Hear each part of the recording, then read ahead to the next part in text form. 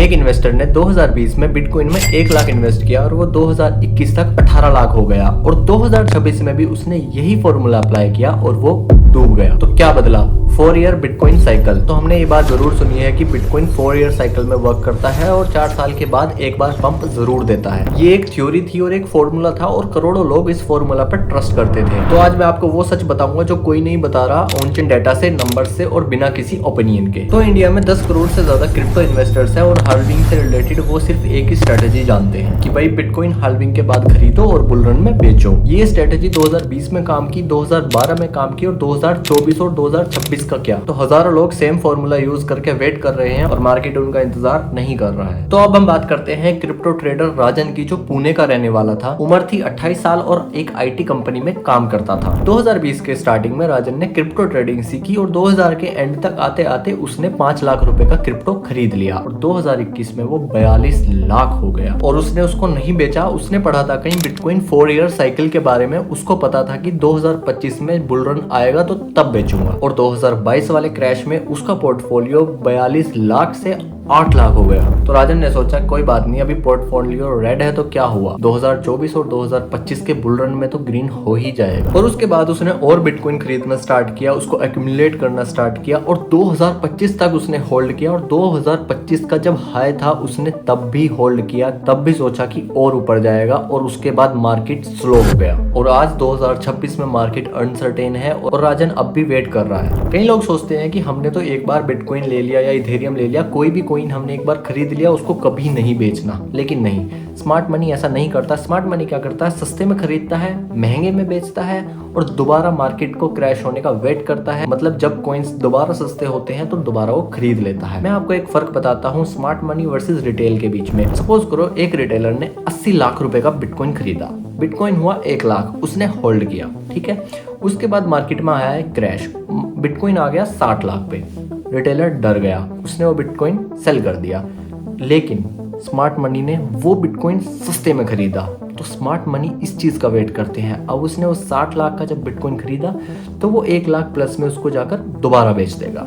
लेकिन रिटेलर डरता है हमेशा। रिटेलर क्या सोचेगा, मैंने तो अगर 60, 70, 80 लाख का भी लिया, 1 लाख भी हो गया तो तब भी वो वेट करेगा उसका और बढ़ने का। तो ये लोग क्वार्टरली टारगेट्स पर खरीदते हैं मैक्रो कंडीशंस देखने के बाद। इंटरेस्ट रेट, इन्फ्लेशन और डॉलर इंडेक्स, ये उन लोगों के ट्रिगर्स होते हैं, ना कि हाल्विंग डेट्स। तो बात करते हैं 2025-26 के ऑन चेन डेटा की। तो crypto quant exchange 2025-26 net flow constantly negative है और इंस्टीट्यूशंस अपनी क्रिप्टोज एक्सचेंजेस से विड्रॉल कर रहे हैं और कोल्ड स्टोरेज में ट्रांसफर कर रहे हैं, जिससे कि सप्लाई स्क्वीज हो रही है। तो पहले की क्रिप्टो साइकिल्स काफी अलग थी और आज की क्रिप्टो साइकिल काफी अलग है। पहले क्या होता था, हाल्विंग होती थी, प्राइस उठता था, न्यूज आती थी, कोई भी अंकल चाचा उठ के आते थे और सुनते थे कि क्रिप्टो का प्राइस तो बढ़ रहा है, वो फोमो में बाय करते थे और उसके बाद हमें मैसिव पंप देखने को मिलता था। लेकिन 2025-26 में ऐसा नहीं है। अभी क्या होता है, न्यूज आने के बाद फोमो में बाइंग आजकल इसलिए ज्यादा नहीं होती क्योंकि प्राइस ऑलरेडी हाई हो चुका होता है, एंट्री बनानी थोड़ी महंगी होती है। तो glass node new address momentum 2025-26 बताती है कि न्यू वॉलेट्स का मोमेंटम 2025 के मुकाबले 60% कम हुआ है। मतलब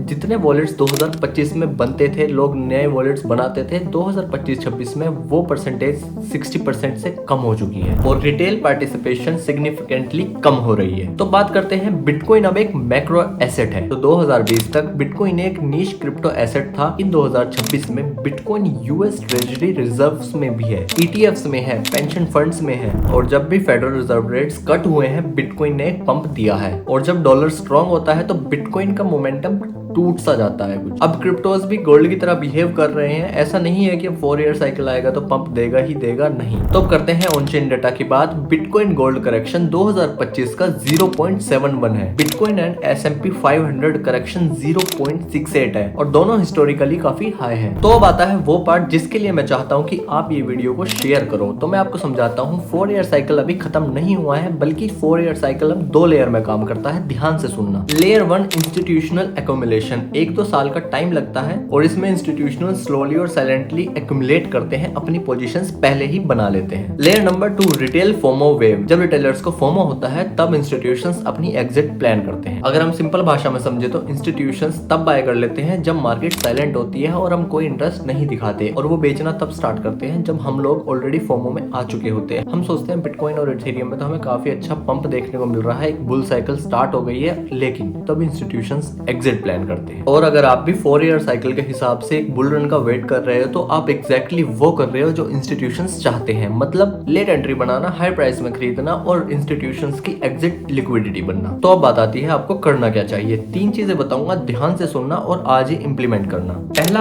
कैलेंडर इन्वेस्ट मत करो कि भाई हाल्विंग के 6 महीने बाद जब पंप आएगा मैं तो तब इन्वेस्ट करूंगा, क्योंकि ये स्ट्रेटेजी आज डेड है। तो अब बात करते हैं ऑन-चेन डेटा की। glassnode.com बिल्कुल फ्री है।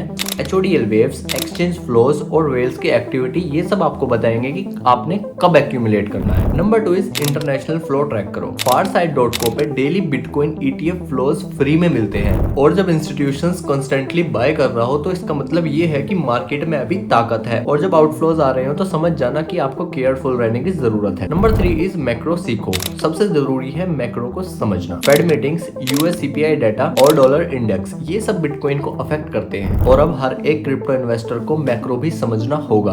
और राजन की स्टोरी अभी खत्म नहीं हुई है। जब राजन ने ये सब समझना शुरू किया, उसने अपनी स्ट्रेटेजी चेंज की और वो पहली बार डाटा ड्रिवन इन्वेस्टर बन गया। तो अगर आपको ये वीडियो पसंद आई है तो कमेंट करके जरूर बताना, और अगर आपको 1% भी ऐसा लगता है कि आपके फ्रेंड्स को भी ये सब समझने की या देखने की जरूरत है तो प्लीज ये वीडियो उनके साथ शेयर जरूर करना। मिलते हैं नेक्स्ट वीडियो में।